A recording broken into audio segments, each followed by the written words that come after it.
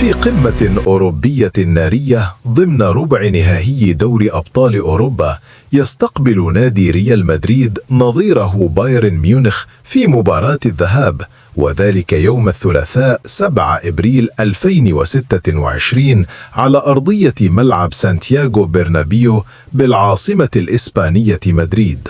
وتنطلق صافرة بداية اللقاء على 8:00 مساء بتوقيت المغرب، 9:00 مساء بتوقيت وسط أوروبا.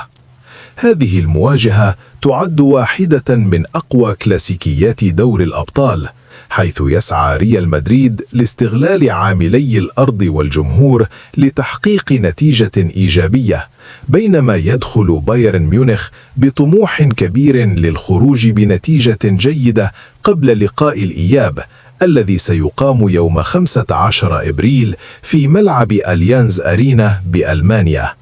مواجهة منتظرة بين عملاقين من عمالقة أوروبا، تعد بالكثير من الإثارة والتشويق لعشاق كرة القدم.